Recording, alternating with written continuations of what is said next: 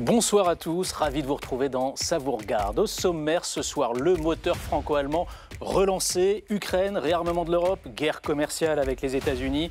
Emmanuel Macron a-t-il raison de miser sur ce nouveau chancelier allemand pour avancer sur ces dossiers chauds du moment ? Les deux hommes partagent-ils la même vision de l'Europe et les mêmes intérêts ? On en débat donc ce soir à l'occasion de ce premier voyage officiel de Friedrich Merz qui a choisi Paris et la France.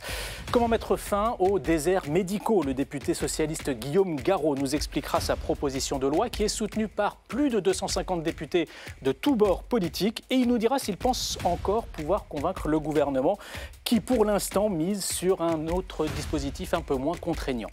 Enfin, faut-il craindre une guerre totale entre les puissances nucléaires que sont l'Inde et le Pakistan ?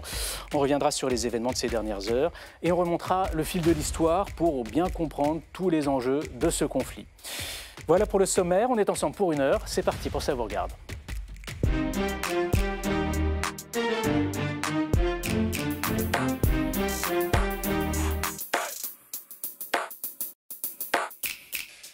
On n'attendait plus grand-chose du couple franco-allemand depuis quelques années. Le nouveau chancelier Friedrich Merz va-t-il changer la donne ? Au-delà des déclarations de bonnes intentions, au-delà des sourires et des poignées de main, le moteur franco-allemand est-il réellement relancé ? On en débat donc ce soir avec nos invités. Je commence par vous, Charles Zitzenstuhl, bonsoir. Vous êtes donc député Ensemble pour la République du Bas-Rhin et également membre de l'Assemblée parlementaire franco-allemande. Birgit Holzer, bonsoir. Vous êtes journaliste, correspondante à Paris pour un réseau de plusieurs médias allemands. Léo Klim, bonsoir. Vous êtes également journaliste et correspondant à Paris pour le journal Der Spiegel. Enfin, Jean-Louis Georget, bonsoir. Vous êtes professeur des universités à la Sorbonne, directeur du Centre d'études et de recherche sur l'espace germanophone. Et pour commencer, on accueille Bruno Donnet pour le récap.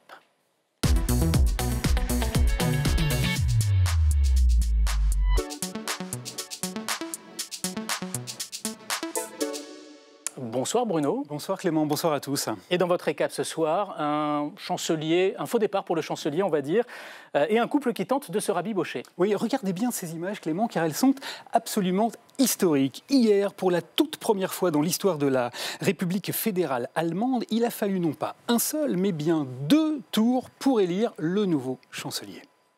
Madame la Présidente, je vous remercie pour votre confiance et j'accepte ce vote. Friedrich Merz n'a été élu que par 325 voix sur 630, après que 18 députés de sa propre majorité ont refusé de voter pour lui au premier tour. C'est donc un chancelier encore tout étourdi par sa déconfiture au Bundestag qui a été reçu ce midi à l'Élysée. Et donc félicitations pour l'élection d'hier et merci d'être aujourd'hui à Paris dans ce premier voyage. Voilà, alors ce qu'il faut remarquer tout d'abord, c'est la nature extrêmement chaleureuse de cette rencontre. Friedrich Merz y tenait beaucoup, car pour lui, le partenariat franco-allemand est bien plus qu'une ambition politique, c'est une tradition à laquelle il est très attaché et depuis fort longtemps. Si les Français devraient retenir une chose sur Friedrich Merz, c'est que dans son bureau, sur sa table de travail, il a une photo de Charles de Gaulle et de Konrad Adenauer. Alors, ce qui est sûr, Bruno, c'est que dans l'histoire récente, l'ambiance n'était pas franchement la même au sein du couple franco-allemand. Oui, regardez cette nouvelle photo, Clément.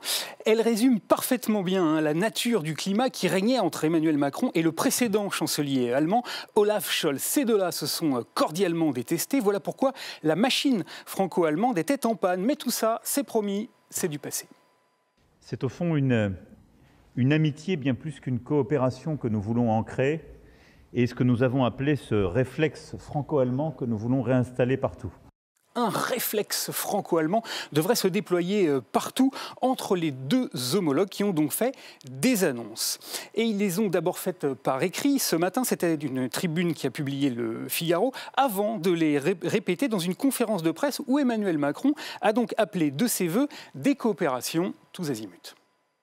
Sur l'investissement, sur la défense, sur l'énergie, sur l'espace, je l'ai dit, nous allons travailler main dans la main.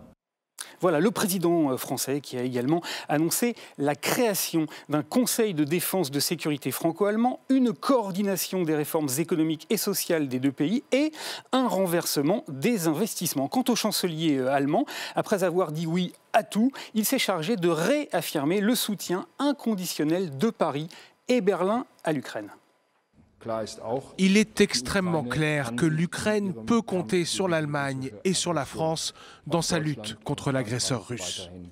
Alors 80 ans, hein, quasiment jour pour jour après l'armistice du 8 mai 1945, c'est donc une autre guerre avec les risques qu'elle fait peser sur l'Europe, mon cher Clément, qui sert de ciment au couple franco-allemand. Merci beaucoup Bruno Donnet.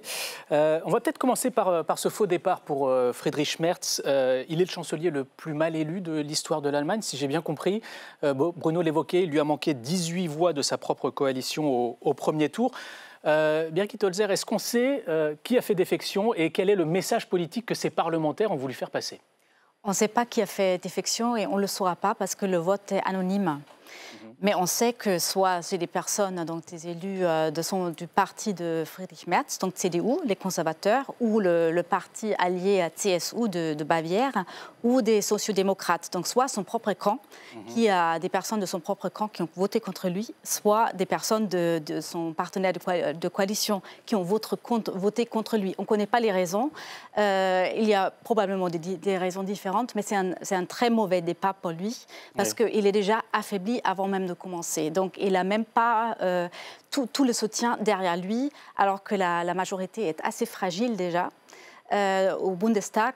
Donc, c'est un coup d'envoi assez compliqué pour lui. Et il va faire avec ça. Et je pense que c'est une première tâche déjà sur son costume. Léo Klim, vous partagez cette analyse? Vous voulez peut-être la compléter?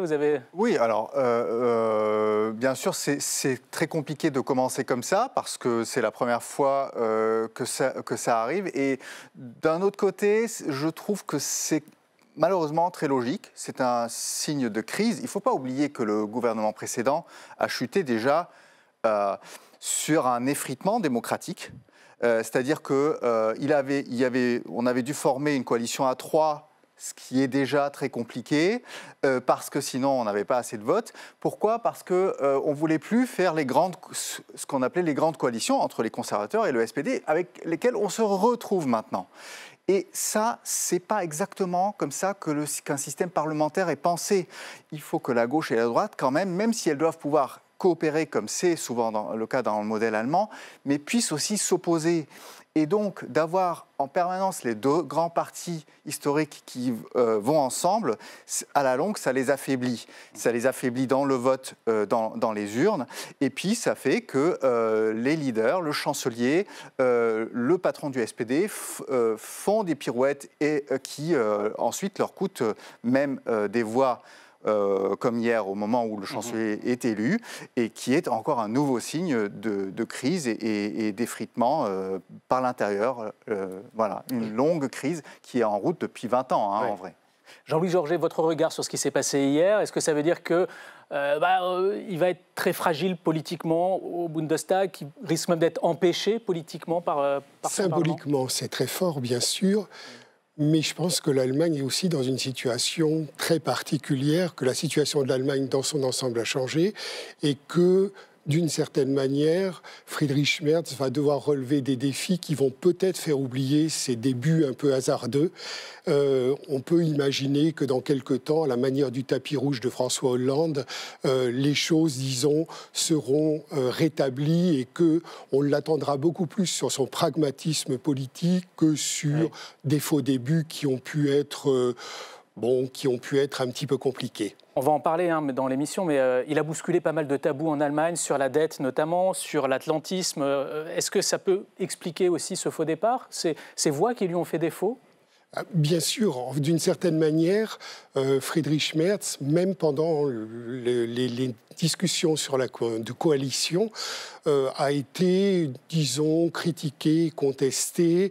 Ce qui s'est passé au mois de février, quand il y avait l'ancienne majorité, a aussi contribué, disons, à peut-être pas abîmer son image, mais disons modifier sa perception dans l'opinion publique. Charles Dietzenstuhl, vu du côté français, vous êtes pro-européen, très engagé dans cette voie-là.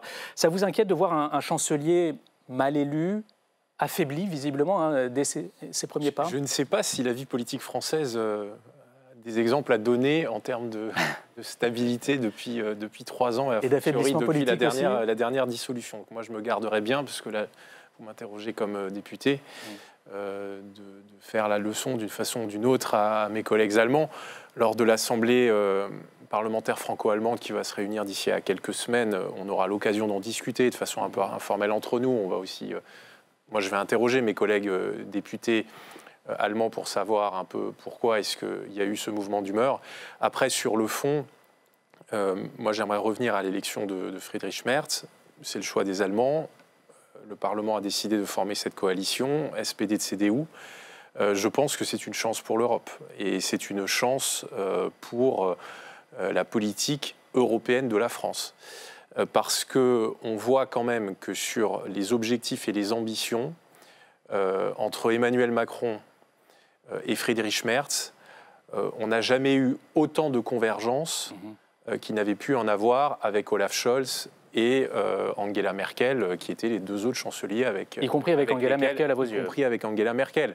On ne reviendra pas sur le passé, mais moi, enfin, je considère néanmoins qu'avec Olaf Scholz et Angela Merkel, il y a eu beaucoup d'occasions manquées sur le franco-allemand, sur la construction européenne. Je pense que Friedrich Merz, notamment parce qu'il est proche aussi d'une nouvelle génération à la CDU, qui n'a pas envie de perdre ce lien avec la France, a compris qu'il fallait réinvestir sur la relation avec la France, parce que c'était indispensable pour la dynamique de l'Europe. On va parler de tout ça, évidemment, mais j'aimerais d'abord qu'on essaie de mieux connaître Friedrich Merz, parce qu'ici en France, c'est vrai qu'on le connaît encore assez mal. Qu'est-ce qu'il faut savoir sur lui pour mieux le comprendre? Quelle est sa personnalité, son mode de fonctionnement? Je ne sais pas qui de vous deux veut commencer. Je dirais que il ressemble à un conservateur. Il n'est pas vraiment rhénan, mais on peut dire dans cette veine. Ça veut dire quoi pour les Français, conservateurs rhénans? C'est-à-dire que les 3 derniers chanceliers étaient des Allemands qui venaient du Nord, réellement. Donc Scholz, Merkel et Schröder en revenant en arrière. Et ce sont des gens, souvent, qui, c'est peut-être un cliché, mais je pense qu'il y a aussi une réalité là-dedans, qui sont un peu moins tournés vers la construction européenne que les conservateurs du CDU, de la branche dite rhénane, plus proche des pays du Benelux, dans le cas de Friedrich Merz, et de la France également. C'est un homme qui vient d'une circonscription rurale, où on aime aller à la chasse, boire de la bière. Voilà, c'est aussi un conservatisme assez prononcé et rural. C'est là qu'il est ancré, et en même temps, c'est un atlantiste, quelqu'un qui a beaucoup fait sa carrière avec les États-Unis. Et moins avec la France. L'amour pour la France, c'est quelque chose qu'il a trouvé récemment et qui a directement à voir avec Donald Trump et le fait que Donald Trump s'éloigne de l'Europe. Ça fait partie des questions que je voulais vous poser aussi. C'est que moi, en me penchant un peu sur son positionnement politique, j'ai vu qu'il a été donc le disciple de Wolfgang Schäuble, qui a incarné l'orthodoxie budgétaire allemande pendant des années. Mais c'est lui qui a fait sauter le tabou de la dette en Allemagne. C'est un atlantiste convaincu, vous le disiez, et en même temps, il lance ce réarmement massif de la Bundeswehr et il évoque cette possibilité de placer l'Allemagne sous le parapluie nucléaire de la France et du Royaume-Uni.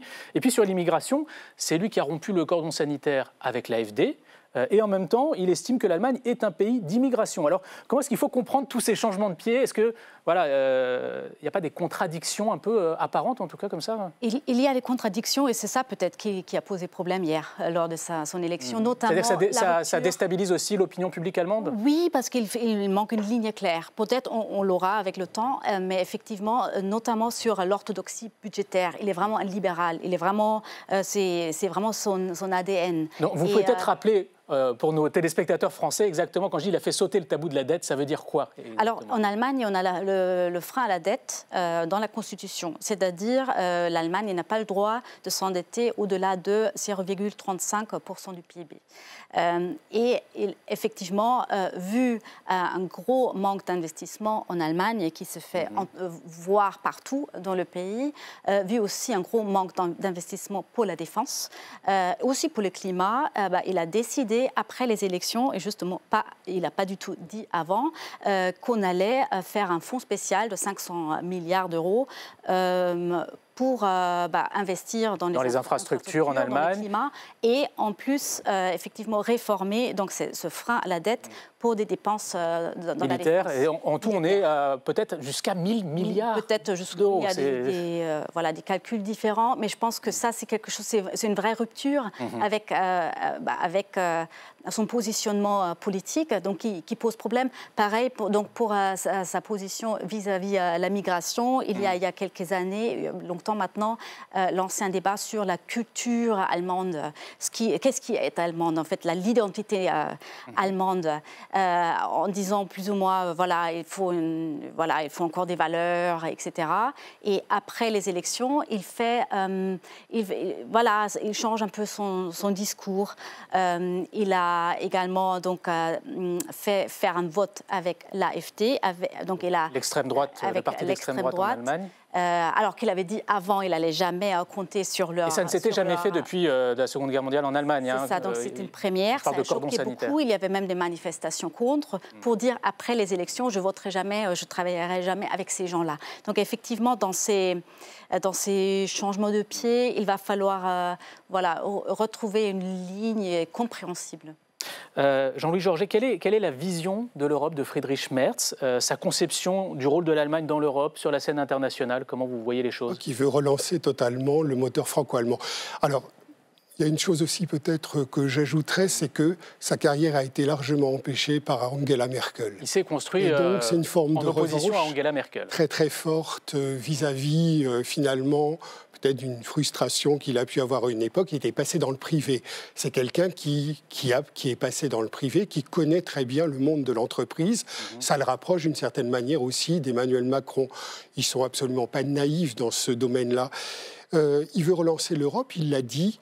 L'Allemagne se trouve... Alors, l'Allemagne, ces derniers temps, a un peu fait défaut dans des situations extrêmement compliquées parce que la guerre en Ukraine, l'élection de Donald Trump n'a pas eu de réponse allemande, tout simplement parce qu'il n'y avait pas de chancelier.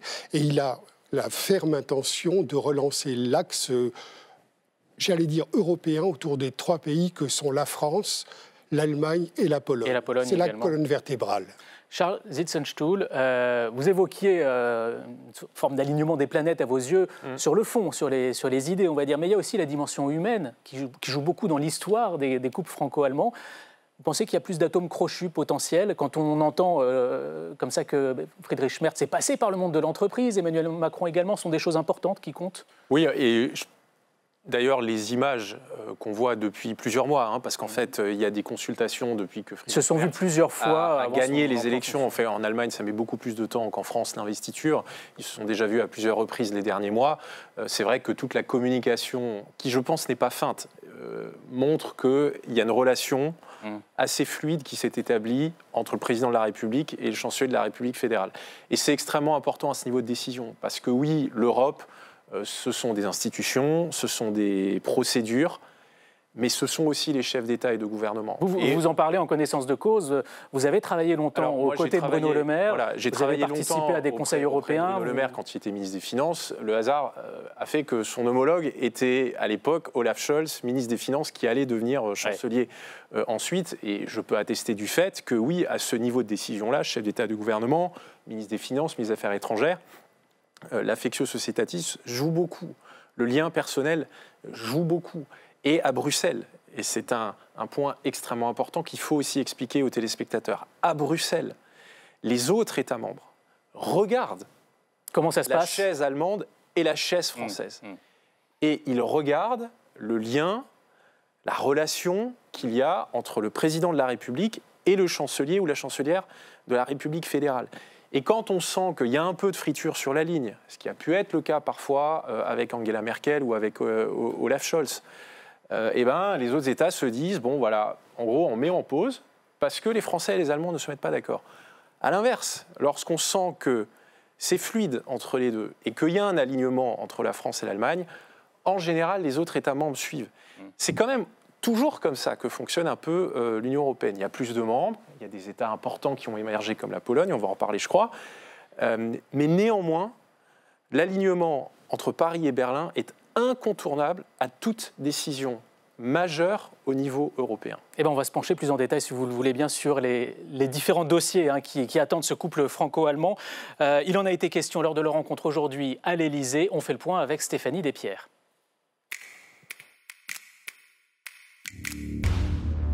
Un premier projet concret pour acter la relance du couple franco-allemand, la défense. Nous allons mettre en place un conseil de défense et de sécurité franco-allemand qui se réunira régulièrement pour apporter des réponses opérationnelles à nos défis stratégiques communs. Un dossier sur lequel les deux pays sont désormais largement alignés. Dès la création de la nouvelle coalition allemande, Friedrich Merz, pourtant issu d'un parti très atlantiste, donne le ton face au désengagement américain sur le vieux continent. L'Allemagne est de retour. L'Allemagne remplira ses obligations en termes de défense. Il ne s'agit pas seulement de l'Allemagne, mais de l'Europe, de l'Union européenne. L'Allemagne en sera de nouveau un partenaire engagé et nous la ferons avancer. Avant même son investiture officielle, le chancelier a fait voter l'assouplissement des règles budgétaires pour financer le réarmement de l'Allemagne. En revanche, pas de feu vert à ce stade sur l'idée d'Emmanuel Macron d'un grand emprunt européen pour la défense. Sur l'Ukraine aussi, les planètes restent à aligner. Si Friedrich Merz réaffirme son soutien à Kiev et la nécessité d'un cessez-le-feu rapide, il est réservé sur l'envoi de troupes au sol, comme l'avait proposé Emmanuel Macron. Autre dossier chaud, les droits de douane. L'Allemagne et la France tentent de faire bloc face aux menaces de taxes brandies par Donald Trump. Les deux pays ont beaucoup à perdre, mais pas forcément dans les mêmes secteurs. Mais en matière économique, la vraie divergence, c'est le Mercosur. Friedrich Merz l'a confirmé ce matin, Berlin veut signer vite ce traité de libre-échange avec l'Amérique latine qui offrira de larges débouchés aux produits allemands. Paris freine des 4 fers. Cet accord, perçu comme une menace pour l'agriculture française, est inacceptable. Sur tous ces dossiers, une première étape est déjà prévue dès cet été, avec la réunion d'un conseil des ministres franco-allemands. Alors on voit que la première annonce a consisté à créer un conseil de défense et de sécurité franco-allemand. Vous me disiez à l'instant, Léo Klim, c'est pas nouveau, parce que vous y étiez, vous, ainsi que Birgit, vous étiez à l'Élysée. Ça existe déjà. Ce format s'est déjà réuni, c'est donc une déclinaison du Conseil des ministres franco-allemands. Oui, ça existe déjà. Franchement, ce matin à l'Élysée, du point de vue français, la nouveauté, la seule vraie nouveauté, je dirais, c'est la neutralité technologique. Et oui, alors il faut entendre par là que les Allemands vont arrêter, maintenant que les écologistes sont sortis de leur gouvernement, vont arrêter d'embêter la France sur le nucléaire pour que la France puisse faire son lobbying sur le nucléaire à Bruxelles. Faire en sorte que le nucléaire soit considéré comme une énergie décarbonée qui contribue à la transition avoir les écologique. mêmes accès aux ressources bruxelloises que d'autres énergies. Voilà, sinon, franchement, aujourd'hui, c'était beaucoup de bonnes intentions et probablement sincères. Charles Zitzenstuhl, juste le fait de mettre l'accent sur la défense, la sécurité, c'est la première urgence pour nos deux pays aujourd'hui, se coordonner sur l'Ukraine. Et au-delà, sur le réarmement de l'Europe, on apprend ce soir qu'en déplacement à Varsovie, Friedrich Merz annonce qu'il est prêt à imaginer quelque chose de similaire à ce qu'il a fait en Allemagne vis-à-vis du pacte de stabilité européen dans le domaine de la défense. Expliquez-nous ce que ça veut dire. Non, mais c'est important la coordination franco-allemande sur la défense, parce que c'est probablement, avec le sujet des finances publiques, qui est le sujet classique de désaccord entre la France et l'Allemagne, le sujet où nous avons les histoires et les cultures qui divergent le plus. Pour des raisons historiques que tout le monde connaît, demain c'est le bimestre, Seconde Guerre mondiale, on ne revient pas là-dessus. Mais ça a des conséquences très concrètes, c'est-à-dire que la France s'assume comme une puissance militaire, l'Allemagne c'était l'inverse, n'a pas voulu être une puissance militaire, et maintenant, du fait de la menace russe et de la guerre en Ukraine, elle est obligée d'engager un réarmement. Et il est fondamental que ce réarmement allemand et le réarmement français qui va monter en intensité, puisse s'affranchir des règles du pacte de stabilité. Puisse se faire avec pas trop de divergences. Et pas trop de divergences aussi sur des aspects très opérationnels. Développer des armements en commun. On développe des armements, des nouvelles technologies. Il y a un projet de chars, il y a un projet d'avions qui sont un peu... de permettre, si jamais un jour nous devons partir ensemble sur des théâtres d'opérations extérieures ou répondre ensemble à une agression extérieure, que nos armées soient en capacité de bien collaborer ensemble. On a aussi des programmes industriels.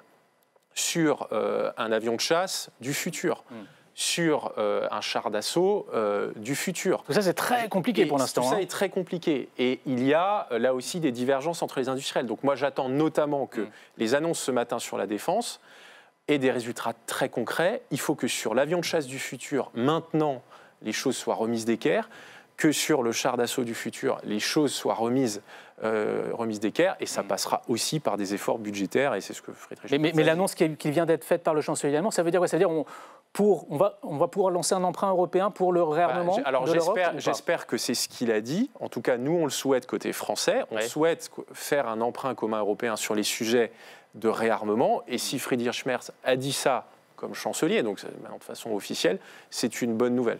Jean-Louis Georget, jusqu'où Friedrich Merz est prêt à aller dans l'aide militaire à l'Ukraine? Ça bloque côté SPD, si j'ai bien compris, sur un missile très précis, les missiles Taurus que l'Ukraine aimerait avoir. Et jusqu'où il peut engager l'Allemagne dans le processus de paix, envoyer des troupes allemandes sur place, par exemple?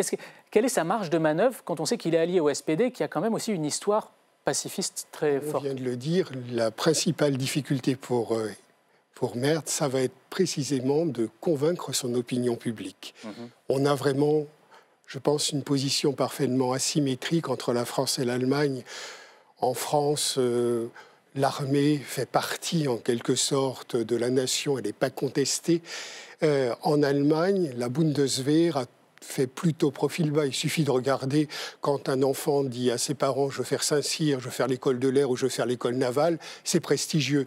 Quand un enfant dit à ses parents « je veux devenir officier de la Bundeswehr », bon, les réactions sont peut-être un peu plus difficiles. Vous confirmez?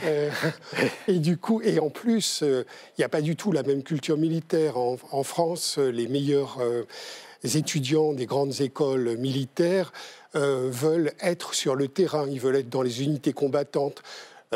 J'ai entendu, parce que j'ai un peu travaillé là-dessus, que les meilleurs officiers allemands choisissent plutôt la logistique. Donc on n'est pas du tout dans la même culture politique, dans la même culture militaire, et je crois que ça va être un des grands défis de Friedrich Merz que de convaincre en fait son opinion publique. Alors, donc il devra aller de façon très très prudente. J'ai une autre question peut-être pour vous, Birgit Holzer, sur ce virage. La page de l'atlantisme est-elle réellement tournée à la fois par la classe politique allemande et puis par l'opinion publique allemande? Comment c'est perçu par les Allemands, cela? Est-ce qu'aujourd'hui, ils perçoivent les États-Unis comme un adversaire politique réellement? Adversaire, on voit comment les représentants des États-Unis se comportent. On a vu le discours de J.D. Vance à Munich. Rappelez peut-être en quelques mots. Peut-être une forme de remise en question en fait de l'amitié basée sur des valeurs communes. Et puis ce soutien officiel à l'AfD, de la part du vice-président américain, du secrétaire d'État, d'Elon Musk, le salut nazi d'Elon Musk, tout ça c'est vécu comment par les Allemands? C'est la sidération, parce que les États-Unis étaient un partenaire, peut-être le partenaire qui nous, entre guillemets, protégeait, ou non seulement entre guillemets, qui nous protégeait et qui sont en train de nous tourner le dos, qui était le pays qui nous ont sortis d'une certaine façon de l'époque nazie, qui ont organisé la dénazification, mais aussi avec un plan Marshall, aidé à redevenir une puissance. Et donc qui ont un poids vraiment important pour l'histoire des Allemands, et donc qui aujourd'hui nous tournent le dos. Et aujourd'hui, dans cette conférence de presse, il était question du partage de la dissuasion nucléaire allemande et britannique. Encore une fois, ça a été évoqué effectivement par votre chancelier. Mais encore une fois, on dit un partage européen, ça peut être que complémentaire. On compte toujours sur les États-Unis. Ils ne se sont pas retirés. Donc c'est pas non plus un revirement où on ne veut pas couper les ponts, mais on voit, c'est un pragmatisme en fait, on voit qu'on peut plus faire confiance aussi. C'est plus un partenaire fiable, au moins aujourd'hui. Léo Klim, sur ce sujet-là Oui, alors moi, ce qui m'a frappé aujourd'hui dans la visite de Friedrich Merz et dans ce qu'il a dit, c'est que justement sur la dissuasion nucléaire, est-ce qu'on se met en fait sous le parapluie français? La réponse était « mais ça peut être que complémentaire avec les États-Unis ». Donc en fait, il est revenu sur ce qu'il a dit juste après l'élection. Il est beaucoup plus prudent. Mais est-ce que ce n'est pas une bonne nouvelle aussi pour la France, Charles Hitsonstuhl, parce que c'est aussi un sujet très sensible aujourd'hui. Ça ne fait pas du tout l'unanimité dans la classe politique française. Et alors dans l'opinion publique, c'est très compliqué à expliquer. Parce que je pense qu'il y a eu beaucoup de désinformation et de mensonges aussi d'un certain nombre de partis politiques français. Alors rétablissez votre vérité là-dessus. Sur ce que le président de la République a pu sous-entendre, notamment venant d'ailleurs des partis d'extrême, LFI ou le Rassemblement national. Parce que certaines personnes ont voulu faire croire aux Français que nous allions quasiment donner notre dissuasion nucléaire française à l'Allemagne ou que nous allions partager le bouton. Bon, il y a le bouton, mais enfin, on symbolise ça comme ça. C'est pas du tout. Alors c'est quoi? Expliquez-nous. C'est toujours le président de la République française qui restera souverain. Sur le choix d'activer ou non. Et ça, c'est pas rassurant pour nos amis allemands. Les bombes nucléaires françaises. La question, d'ailleurs, c'est plutôt une décision française pour moi. C'est-à-dire que c'est ce que nous, Français, nous considérons que de notre doctrine de dissuasion. Si un jour, certains États européens dont nous sommes très proches et amis, et l'Allemagne est le premier, sont attaqués dans leurs intérêts les plus vitaux et qui nous en font la demande, eh ben, nous considérons que nous pouvons répondre avec notre dissuasion nationale. Et là-dessus, bon, il faut aussi laisser, bien sûr, une marge d'ambiguïté.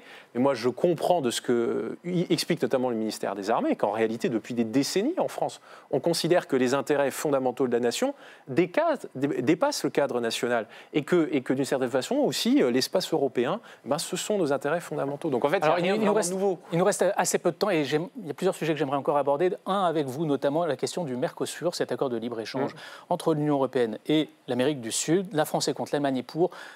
Le chancelier allemand l'a redit aujourd'hui, il veut pouvoir avancer sur ce dossier. Est-ce que la France est prête à faire des concessions ? Nous, la position, elle ne change pas. C'est-à-dire que la position du président de la République et de la majorité, c'est de dire qu'en l'état, nous sommes opposés à ce traité. Parce que nous considérons que sur le sujet de l'agriculture, les garanties ne sont pas suffisantes pour nos agriculteurs, qu'il y a de la concurrence déloyale. Vous réclamez des clauses miroirs, miroirs, la Commission européenne doit renégocier, notamment la partie agricole du traité. Et c'est un sujet de désaccord. Mais il faut qu'il y ait aussi des sujets de désaccord entre la France et l'Allemagne, c'est pas grave. Oui, d'un mot. Moi, j'ai trouvé que ça, c'était la chose frappante aujourd'hui, c'est que Merz et Macron ont en fait affiché leur désaccord dans cette conférence de presse aujourd'hui. C'est-à-dire qu'ils ont fait des propos liminaires très harmonieux et ils sont sincères dans l'intention de travailler ensemble, mais ensuite, sur les différents sujets, Mercosur, finances, endettement et la défense, et ben en fait, tout reste à faire. Les deux pays gardent leur position parce que c'est normal. Je vous vois hocher de la tête, Birgit Holzer. La France et l'Allemagne n'ont pas des intérêts alignés. Et en fait, il y a énormément d'attentes vis-à-vis de Merz, mais au final, la ligne ne va peut-être pas changer plus que ça. Et les questions difficiles vont rester difficiles. J'ai quand même une question aussi sur cette guerre commerciale déclenchée par Donald Trump. Il y a cette échéance du 9 juillet de mémoire. Il a suspendu provisoirement une partie des droits de douane imposés au monde entier, et donc à l'Europe. Est-ce qu'on peut espérer une position commune forte, ferme, claire, compréhensible de la France et de l'Allemagne vis-à-vis de Donald Trump sur ce sujet d'ici là pour pouvoir faire pression sur la Commission européenne? Vous en pensez quoi? Le Mercosur, signer le Mercosur, les Allemands vous répondrez que ce serait un bon moyen de répondre à Donald Trump. Oui, mais parce que je vous pose cette question parce que les intérêts de l'Allemagne et de la France ne sont pas du tout les mêmes dans les relations économiques avec les États-Unis. L'Allemagne est une nation exportatrice avec des forts intérêts et bien sûr, elle va éviter, d'ailleurs, elle ne s'affiche pas aussi durement que le président de la République française. On a évoqué d'un mot la Pologne. Friedrich Merz est allé en Pologne dans la foulée de son déplacement à Paris. Le Premier ministre polonais sera à Nancy, je crois. En tout cas, il vient signer un traité d'amitié avec la France après-demain. Jean-Louis Georget, on parle de couple franco-allemand. Est-ce qu'on ne doit pas plutôt parler de trouble désormais, de couple à trois avec la Pologne? On parle déjà depuis assez longtemps du triangle de Weimar. Oui, le trouble, ça ne vous plaît pas? Vous préférez le triangle de Weimar? Non, on peut parler d'un axe effectivement franco-germano-polonais qui forme une colonne vertébrale, d'autant plus que l'axe quand même européen a s'est déplacé un petit peu vers l'Est et qu'il faut des partenaires à l'Est qui soient fiables et qui soient aussi dans le même état d'esprit que le sont la France et l'Allemagne. Et la Pologne semble tout à fait destinée finalement à compléter le couple d'une certaine manière, peut-être même à former une triade qu'on appellerait la triade européenne, comme on a invoqué autrefois le couple franco-allemand.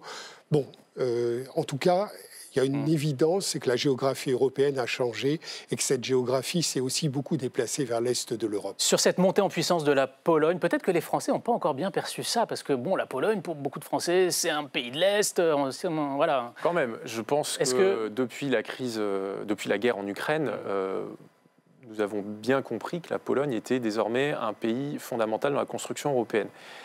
Mais pour moi, dire que le trio France, Allemagne, Pologne va se substituer au couple franco-allemand, moi je n'y crois pas trop.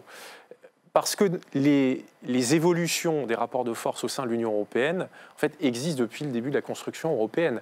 Quand le Royaume-Uni rentre dans les années 70, on a aussi une troisième grande puissance qui est là, bon, après qui sort avec le Brexit. Et d'ailleurs, le Brexit a beaucoup aidé la Pologne à prendre un peu cette place de troisième grand pays de la construction. Jadis, il y avait aussi l'Italie. Donc on voit que tout ça est très mouvant. Et pour moi, rien ne remplace en réalité le couple franco-allemand. Donc la Pologne est un État majeur sur lequel nous devons continuer à investir, nous devons travailler avec eux, les prendre très au sérieux. Je pense qu'ils sont aussi beaucoup en train de régénérer le projet européen. Ils ont des idées nouvelles, ils ont une façon très moderne de voir aussi la construction européenne. Mais Paris et Berlin, ça reste incontournable. Eh bien, merci beaucoup à tous les quatre d'être venus dans Ça vous regarde pour nous aider à mieux connaître donc, ce nouveau chancelier et mieux comprendre la relation franco-allemande. On passe à notre invité franc-parler à présent. Guillaume Garot, ancien ministre, aujourd'hui député socialiste et engagé de longue date dans la lutte contre les déserts médicaux. Il défend donc une proposition de loi qui est en débat actuellement dans l'hémicycle. Que propose-t-il? Et cette proposition de loi a-t-elle réellement une chance d'être adoptée? On fait le point avec Maïté Frémont. Si on vous invite, Guillaume Garot, c'est pour parler de votre proposition de loi transpartisane, réguler l'installation des médecins libéraux pour lutter contre les déserts médicaux. Si nous proposons la régulation, c'est pas pour embêter le monde, c'est parce que nous avons fait le constat que ça fonctionnait pour toutes les autres professions de santé. L'article 1 qui prévoit que l'installation des nouveaux médecins soit soumise à autorisation en fonction des besoins des territoires est adopté, mais pour autant, la partie n'est pas finie. Levée de boucliers des futurs médecins depuis quelques jours, les internes entrent en grève pour une durée illimitée. J'ai envie de ne pas être que médecin dans ma vie, j'ai envie d'avoir une vie quand même, etc. Et voilà. Oui, ça m'aurait fait réfléchir à l'idée de le faire en France ou peut-être même de le faire tout court, je sais pas. Et plus personne n'a envie de s'installer tout seul, sans spécialiste à côté, sans urgence. On ne peut pas faire de miracle. Et le Premier ministre, lui aussi, s'en mêle. À la méthode forte, il préfère la douce et propose une autre solution. Et si chaque médecin se mobilise en solidarité, ne serait-ce que 1 ou 2 jours par mois, parfois quelques jours seulement par an, alors nous apporterons une solution originale et puissante. Miser sur la solidarité plutôt que contraindre. Pour faire passer cette idée, François Bayrou pourrait choisir de contourner votre loi et s'appuyer sur un autre texte venu du Sénat. En résumé, Guillaume Garot, votre bataille est encore loin d'être gagnée. Bonsoir Guillaume Garot. Bonsoir. Et merci d'être avec nous. Vous êtes absenté de l'hémicycle, votre proposition de loi est en débat. Elle sera... Je vous rassure, la séance était levée. La séance était levée. Tout à l'heure à 21h30. Et elle devrait donc être votée ce soir, a priori, vous pensez ça? Nous l'espérons, bien sûr. C'est pour ça. On vient d'entendre dans ce reportage des jeunes médecins. Quand on leur demande pourquoi ils s'opposent à votre proposition de loi, ils expliquent qu'ils ne veulent pas se retrouver seuls dans un désert médical, sans spécialistes. Sans urgence à proximité. Ils disent qu'ils veulent avoir une vie en dehors de leur métier. Qu'est-ce que vous leur répondez? Je leur réponds qu'il faut penser à tous ces Français, c'est millions de Français qui n'ont pas de médecin traitant. Vous leur dites arrêtez de penser à vous, pensez aux autres. Non, mais j'ai dit que ce que nous avons à faire, nous, législateurs, en charge de l'intérêt général, c'est de penser à tous ces Français qui vivent dans un désert médical. 6 millions n'ont pas de médecin traitant. 8 millions vivent en effet dans un désert médical. Donc c'est ça qui doit nous intéresser aujourd'hui. Et surtout, je veux rassurer, parce que j'entends des choses à la fois dans votre reportage, mais aussi tout au long de la semaine. Il n'est pas question, dans notre proposition de loi, de prendre un médecin ici et d'aller l'affecter je ne sais où. Ce n'est pas du tout ce qui est prévu. Ce n'est pas une nomination, une affectation ici ou là. C'est simplement l'idée de dire, n'allez pas vous installer dans des territoires où il y a déjà suffisamment de médecins, mais allez le faire partout ailleurs, où vous voudrez, donc la liberté d'installation est parfaitement respectée, mais là où il y a des besoins, là où vos patients vous attendent. La dimension contraignante de votre texte, je la rappelle, c'est dans ces territoires qui sont suffisamment dotés, un nouveau médecin ne pourra s'installer que si un médecin part à la retraite. C'est ça. Exactement. Donc c'est une proposition raisonnable. Pourquoi ? Parce qu'elle ne dégrade pas l'offre de soins dans les territoires qui, aujourd'hui, sont les mieux dotés. J'aimerais qu'on parle quand même des déserts médicaux en soi. On pense souvent, quand on parle de déserts médicaux, à la France des campagnes, sauf qu'il y a un chiffre, 87% du territoire est un désert médical aujourd'hui. C'est-à-dire que la France urbaine, elle est tout aussi concernée que la France des campagnes. Alors, pas toute la France urbaine, mais regardez l'Île-de-France, regardez la Seine-Saint-Denis, qui est un des départements de France les moins bien lotis en présence médicale. On est aux portes de Paris et on est en pleine France urbaine. Votre collègue Yannick Favennec disait que dans les Hauts-de-Seine est le département qui a le moins de médecins rapportés à sa population. C'est vrai ? C'est la Seine-Saint-Denis. C'est la Seine-Saint-Denis. C'est la Seine-Saint-Denis. Il a d'ailleurs rectifié. Vous assumez d'encadrer le principe de libre installation donc, dans certaines zones du territoire. Ça représente 13% du territoire. Aujourd'hui, ces 13% du territoire, ils attirent quelle proportion des nouveaux médecins qui s'installent chaque année ? Pour se faire une idée du déséquilibre. Exactement. Aujourd'hui, il y a toujours davantage de médecins à aller s'installer dans ces territoires qui sont déjà... Mais on a des chiffres un peu pour se donner un ordre de grandeur. Et je vais vous donner quelques chiffres. On voit aujourd'hui que, et si on regarde par rapport à ce qui était la situation il y a 15 ans, il y a toujours plus d'installations dans les départements qui étaient déjà, il y a 15 ans, les mieux dotés. C'est-à-dire que tout ce qui a été entrepris depuis 15 ans, parce qu'on en a tenté des choses, par exemple, que dans les Hautes-Alpes, vous avez près de 28% de médecins, en plus d'installations de médecins, en plus de densité médicale supplémentaire. C'est vrai aussi dans des départements comme les Pyrénées-Atlantiques. Mais à l'inverse, dans les départements qui étaient déjà, il y a 15 ans, les moins bien dotés, eh bien, vous avez toujours perdu des médecins. C'est-à-dire que des médecins sont partis en retraite sans être remplacés. Donc, c'est cette inégalité-là entre les territoires et donc entre les citoyens qu'il faut pouvoir briser. Il faut mettre fin à ce creusement continu des inégalités. Et tout ce qu'on a fait finalement depuis 15 ans a sans doute été utile. Il fallait le faire. Bien sûr qu'il faut faire ces maisons de santé pluridisciplinaires. Bien sûr qu'il faut faire tous ces efforts pour accueillir de nouveaux médecins. Mais les politiques d'incitation, avec souvent des aides fiscales, des chèques à la clé, n'ont pas suffi à mieux répartir nos médecins à l'échelle nationale. Juste pour que nos téléspectateurs aient bien conscience de votre engagement sur ce sujet, ça fait combien d'années que vous travaillez là-dessus ?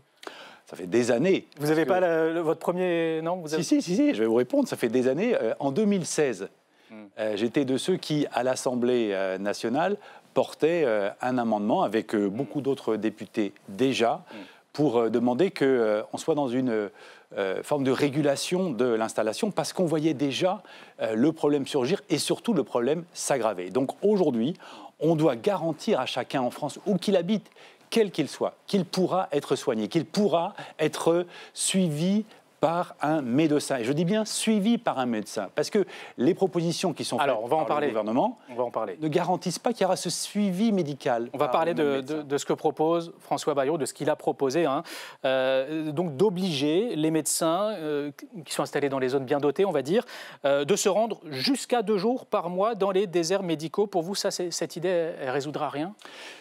C'est un pansement, de fait. Pourquoi ? Parce que quand on regarde la carte des territoires les plus fragiles, celle qu'a produite le gouvernement. On est plutôt dans le grand centre, au sens très large, de la France. Mais lorsqu'on est, par exemple, dans l'Eure-et-Loir, on n'est pas tout près d'un territoire beaucoup mieux doté, où il y aurait du temps disponible des médecins actuellement en exercice pour pouvoir donner le coup de main 2 jours par mois dans ce territoire si fragile d'Eure-et-Loir. Donc, vous voyez, ça ne résout pas tout. Parce qu'il y a quand même il y a un chiffre avancé par le gouvernement. Matériellement jusqu'à 30 millions de consultations supplémentaires par an grâce à ce dispositif pour les déserts médicaux. Ça répond à quelle part des besoins, ça? 30 millions de consultations, ça paraît beaucoup comme ça. Ça paraît beaucoup parce que le chiffre, évidemment, est impressionnant. Mais tout ce qui pourrait être fait contre les déserts médicaux, contre la désertification médicale, c'est utile. Mais est-ce que ce qu'a proposé le gouvernement sera suffisant? Nous disons, avec notre groupe de travail transpartisan, des députés de gauche, de droite, du centre, que ça n'est pas suffisant.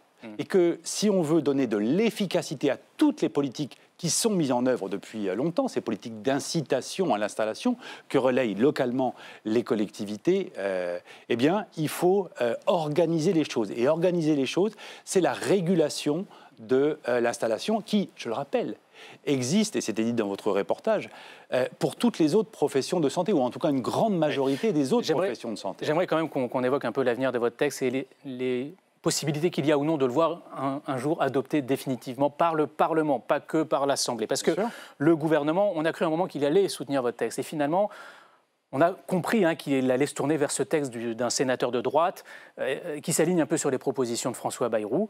Est-ce que vous pensez malgré tout pouvoir faire adopter votre proposition de loi à l'Assemblée, mais aussi au Sénat? Alors, à l'Assemblée, c'est ce soir. Donc rendez-vous un peu plus tard dans la soirée. Et le Sénat, eh bien, évidemment, moi je souhaite que le Sénat puisse adopter. Vous souhaitez, mais bien sûr. Vous échangez avec eux, vous voyez bien dans quel état d'esprit ils sont. Quel est le rapport de force aujourd'hui? Nous discutons, évidemment que nous dialoguons, ça s'appelle la navette parlementaire. Ça veut dire qu'il faut qu'il y ait un travail commun entre les sénateurs, les députés, pour aboutir, il faut le souhaiter, à une rédaction ou une vision commune. Mais ce que je veux dire, c'est qu'il ne faut pas opposer les textes. Il ne faut pas opposer le texte de l'Assemblée, qui, je le souhaite, sortira ce soir de l'hémicycle, au texte du Sénat, qui sera discuté à partir de la semaine prochaine. Parce que, je le redis, tout ce qui peut être engagé contre la désertification médicale doit l'être. Très bien, mais on doit être dans une logique de complémentarité. En tout cas, il n'y a pas une solution exclusive de l'autre. Une solution ne doit pas interdire l'autre. Et pourquoi je dis ça? Parce que contre les déserts médicaux, on n'a pas tout essayé. Ce qui veut dire qu'on ne doit s'interdire aucune solution contre la désertification médicale. Très bien, merci beaucoup Guillaume Garot d'être venu dans Ça vous regarde. On passe à présent à notre grand angle.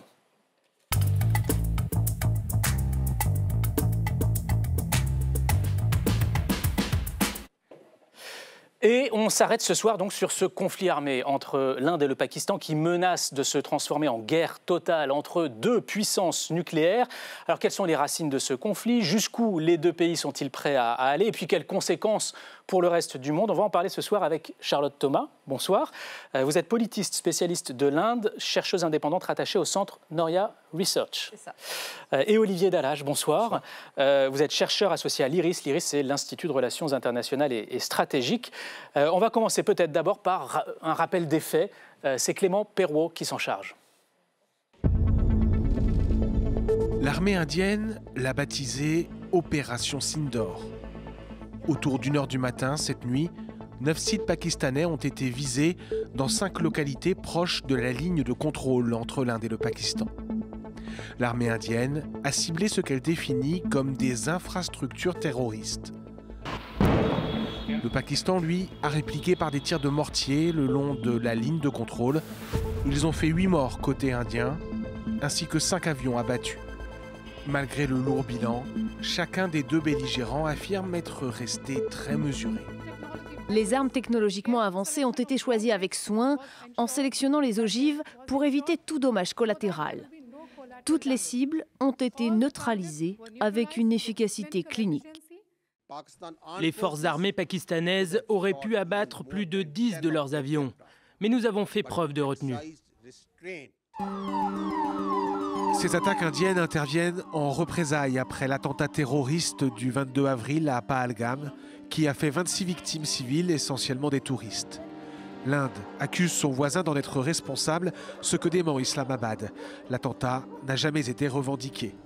Depuis que les territoires indiens et pakistanais ont été séparés en 1947, 4 guerres ont déjà éclaté entre les deux pays, dont 3 sur la question hypersensible du Cachemire.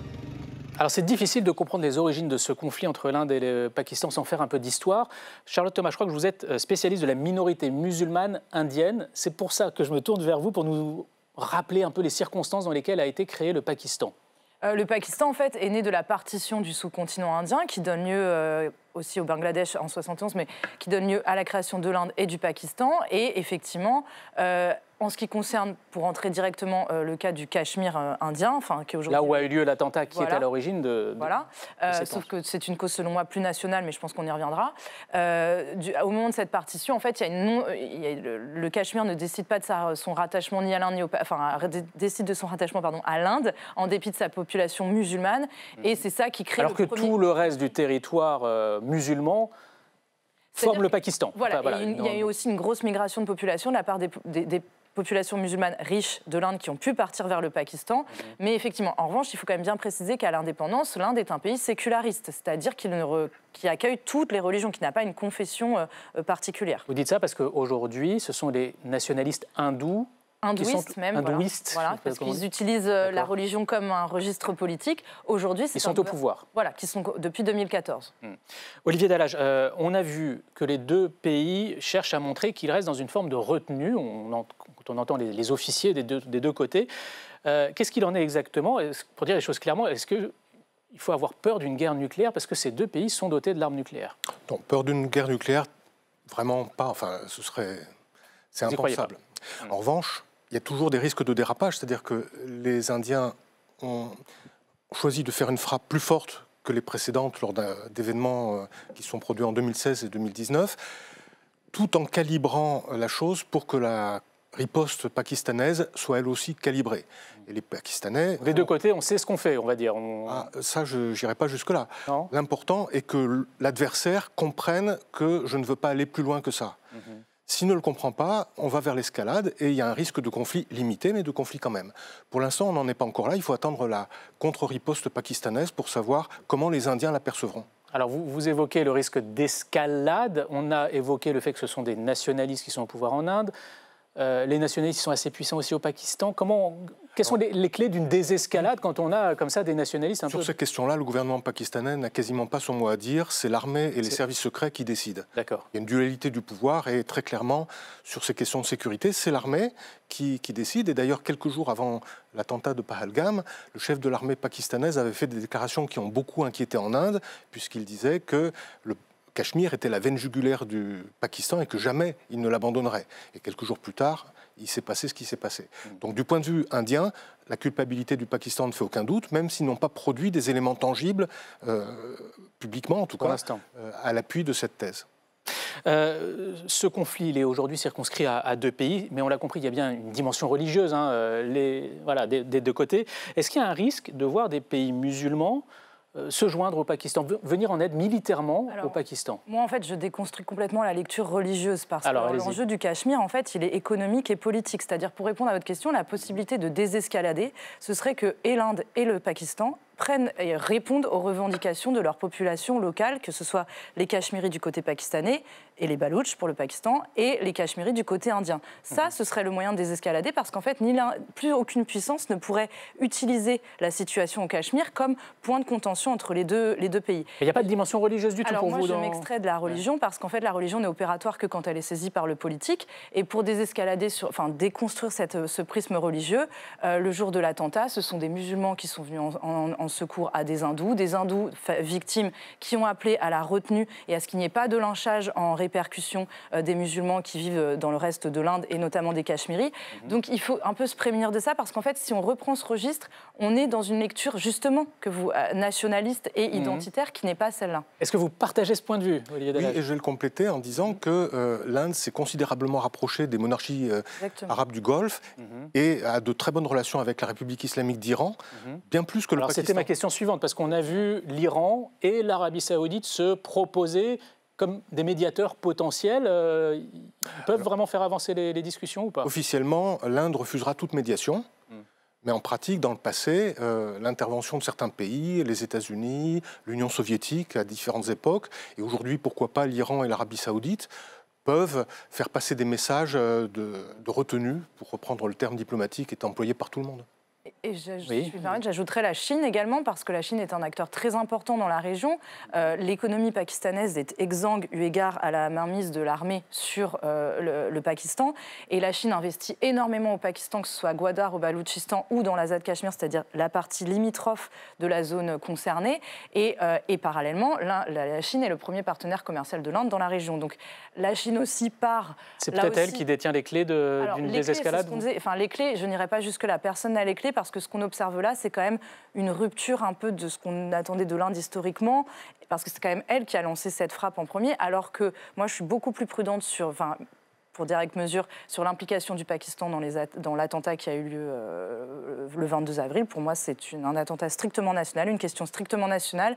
Et mais qui est lié à des séparatistes Alors, des séparatistes, non. Là, depuis 2000... Enfin, pas forcément séparatistes. Depuis 90, le Jammu et Cachemire comment dire, la vallée du Cachemire est administrée par la loi militaire. C'est-à-dire qu'il y a une suspension des libertés fondamentales, il y a énormément de disparitions, d'arrestations de la part de l'armée. Parallèlement, depuis 2019, en plus, il y a une suspension de l'autonomie du Cachemire. Ça veut dire que les Cachemiriens ont encore moins de droits. Et surtout, on leur a retiré une prérogative qui découlait de l'indépendance, où seuls les Cachemiris pouvaient acheter du foncier au Cachemire pour préserver l'identité singulière du Cachemire. Identité singulière qui ne se réduit pas non plus à l'islam, parce qu'il y a aussi un hindouisme particulier. Or, dans les revendications, quand bien même elles sont... Les revendications font état, et les demandes des Cachemiris, et en plus quand on lit la presse cachemiri et qu'on regarde un peu ce qu'écrivent les Cachemiris eux-mêmes, ce sont des revendications vis-à-vis de New Delhi pour avoir les mêmes droits en fait que leurs concitoyens indiens en dehors du Cachemire. Donc c'est pour ça que je dis que c'est national. Après, c'est utilisé et le registre identitaire fonctionne. Mais... Est-ce que malgré tout, il y a à vos yeux un risque d'embrasement régional ou pas? Ou est-ce que ça va rester circonscrit, si je puis dire? Plutôt non. Je pense que ça va rester circonscrit. Est-ce que ça va durer longtemps ou pas?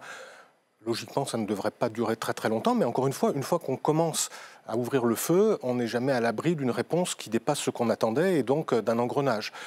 Donc moi, je parierais plutôt pour un conflit limité et d'une durée également limitée.